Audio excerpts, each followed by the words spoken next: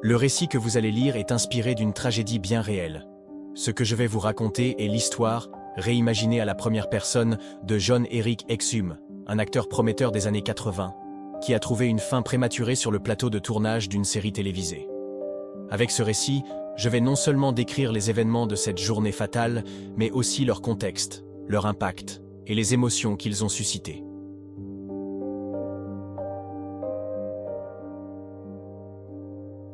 Je suis né le 5 novembre 1957 à Englewood, New Jersey. Mon enfance n'avait rien de particulier. J'étais un enfant curieux, toujours en train de poser des questions sur le monde qui m'entourait. En grandissant, j'ai découvert une passion pour les sciences. J'ai étudié le génie biomédical à l'Université d'État du Michigan, pensant à une carrière qui ferait une différence dans le domaine médical. Mais le théâtre et le cinéma ont toujours exercé une attraction magnétique sur moi. Lorsque j'ai décidé de tenter ma chance à Hollywood, j'ai tout laissé derrière moi. Ce n'était pas facile, mais j'étais déterminé. Mon physique imposant, mon charisme naturel et mon désir de réussir m'ont rapidement ouvert des portes. Voyager a été mon premier grand rôle. Ce voyageur temporel que j'incarnais m'a permis de montrer mes capacités d'acteur et de me faire connaître. Puis, Cover Up est arrivé. Jouer Mac Harper était pour moi un rêve devenu réalité. Non seulement le personnage était passionnant, mais il m'offrait aussi l'opportunité de mêler action, drame et glamour. Je me sentais enfin à ma place.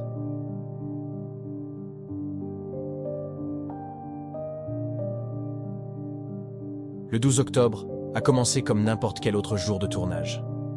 Je me suis réveillé tôt, impatient de rejoindre l'équipe sur le plateau. Comme toujours, j'ai pris mon café en parcourant une dernière fois mes dialogues. La journée promettait d'être longue, mais j'étais prêt. À mon arrivée sur le plateau, l'ambiance était détendue. Nous étions nombreux à nous connaître bien, et il était habituel pour moi de plaisanter avec les membres de l'équipe technique et mes partenaires de scène. Cependant, comme cela arrive souvent, des problèmes techniques ont retardé le début du tournage. Les éclairages devaient être ajustés, les accessoires vérifiés, et certains détails du script modifiés à la dernière minute. Cela signifiait des heures d'attente. C'était frustrant, bien sûr, mais pas inhabituel. J'étais patient et j'aimais profiter de ces moments pour discuter, partager des anecdotes ou réviser mes mouvements. À ce moment-là, tout semblait normal. Rien ne laissait présager la tragédie qui allait suivre.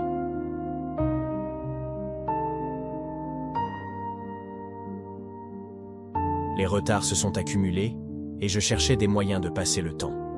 J'ai écouté de la musique, fait quelques étirements et plaisanté avec l'équipe. J'avais aussi ce jeu où j'imaginais comment mon personnage, Mac Harper, réagirait dans des situations imaginaires. Cela m'aidait à rester concentré et à mieux comprendre son état d'esprit. Pourtant, après plusieurs heures d'attente, l'ennui a commencé à s'installer.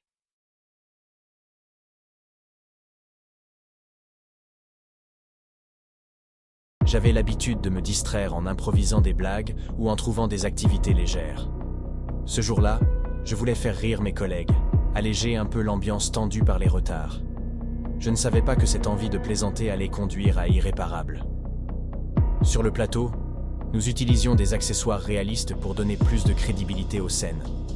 Je savais que ces munitions étaient conçues pour un usage inoffensif. Mais ce que je ne comprenais pas pleinement, c'était la puissance de la détonation à courte distance. Ce jour-là, en plaisantant, j'ai pris l'arme. J'ai vidé toutes les cartouches, sauf une, imitant un jeu de roulette russe. Je pensais que c'était sans risque. J'ai placé le revolver contre ma tempe et j'ai appuyé sur la détente.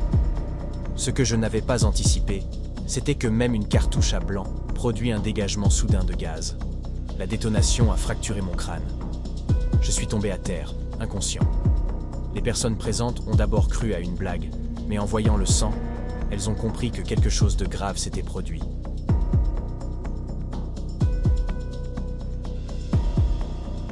Les cris ont résonné sur le plateau. Les membres de l'équipe, sous le choc, ont immédiatement appelé les secours. J'ai été transporté d'urgence au Beverly Hills Medical Center. Là, une équipe de médecins a tout tenté pour me sauver. Ils ont opéré, luttant contre le temps et la gravité de mes blessures. Pendant plusieurs jours, je suis resté dans un coma profond. Mon corps était là, mais mon esprit s'éloignait de plus en plus. Finalement, le 18 octobre, les médecins ont annoncé que je n'avais aucune chance de me réveiller. Ma famille, dévastée mais courageuse, a pris la décision de me débrancher et de donner mes organes. Ce geste a permis de sauver plusieurs vies. C'était un dernier acte de générosité, une lueur d'espoir dans une situation autrement désespérée.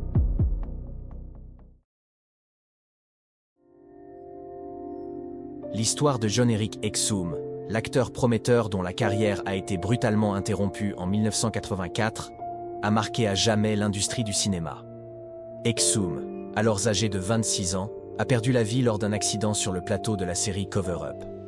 En manipulant un accessoire, il a sous-estimé les risques liés à l'utilisation d'éléments sécurisés pour le tournage. Cet événement tragique a mis en lumière les dangers méconnus des accessoires employés sur les plateaux, mais aussi l'ironie cruelle d'une ascension stoppée net. Cependant, Exum n'est pas le seul à avoir vu sa destinée brisée dans des circonstances inattendues.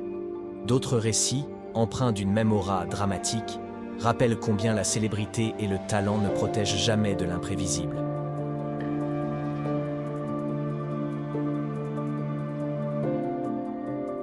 Brandon Lee, la tragédie du corbeau. En 1993, Brandon Lee, fils du légendaire Bruce Lee, est décédé à seulement 28 ans sur le plateau du film The Crow. Lors d'une scène où son personnage devait être pris pour cible, une erreur liée à un accessoire a conduit à une issue fatale. La tragédie a révélé des failles importantes dans les protocoles de sécurité. Comme Exum, Brandon Lee incarnait une promesse éclatante, un acteur au talent magnétique dont le parcours a été écourté. Sa disparition a profondément marqué l'industrie et soulevé des interrogations majeures sur les pratiques adoptées durant les tournages.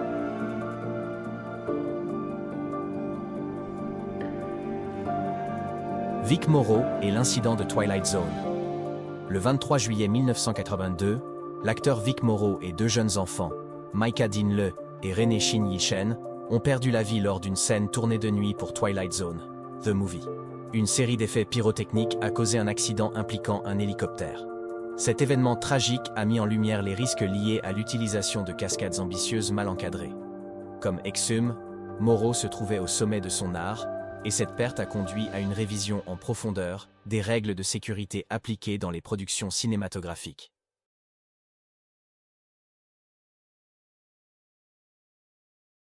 Tyrone Power, l'héritage interrompu. Tyrone Power, l'une des grandes figures du cinéma classique hollywoodien, a vu sa carrière s'interrompre brutalement en 1958, à l'âge de 44 ans.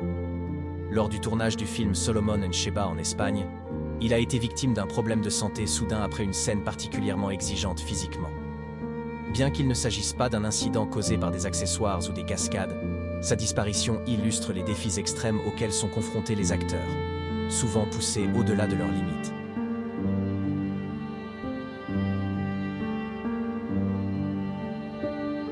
Sarah Jones, la sécurité négligée. En 2014, Sarah Jones, une assistante caméra dévouée, a perdu la vie sur un tournage en Géorgie. L'équipe filmait près d'une voie ferrée active, sans autorisation formelle. Cette tragédie a choqué l'industrie, mettant en évidence les abus et les décisions imprudentes qui mettent parfois en danger les professionnels travaillant derrière les caméras. Bien que son rôle ait été hors de l'écran, Sarah Jones, comme Exum, représente la vie brisée par des manquements à la vigilance collective.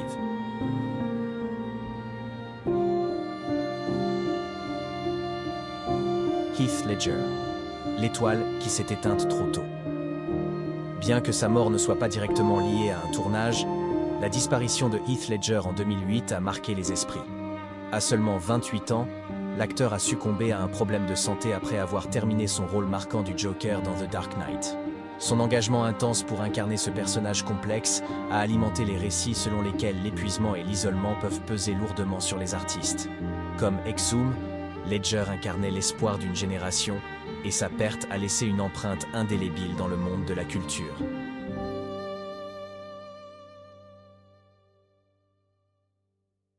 Redd Foxx. Quand le destin prend tout, Redd Foxx, acteur et humoriste charismatique, est décédé en 1991 à l'âge de 68 ans lors du tournage de The Royal Family. Ironiquement, au moment de l'incident, ses collègues ont d'abord cru qu'il s'agissait d'un moment d'improvisation comique. Ce mélange cruel entre illusion et réalité rappelle l'histoire de Exum, où la méprise et le manque d'anticipation ont conduit à une perte douloureuse.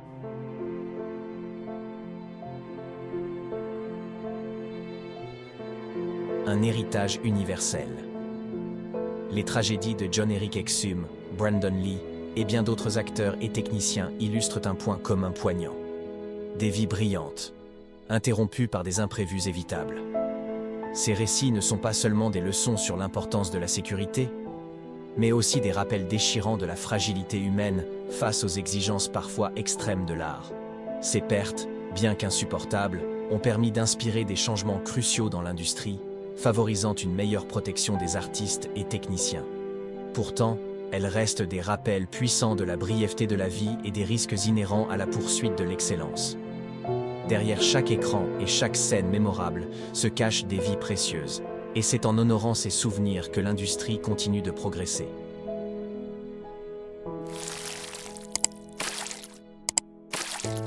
Merci à toutes et tous pour avoir suivi cette dernière journée avec Exum. Merci à tous les 102 abonnés pour votre soutien. À très bientôt pour une nouvelle exploration artistique.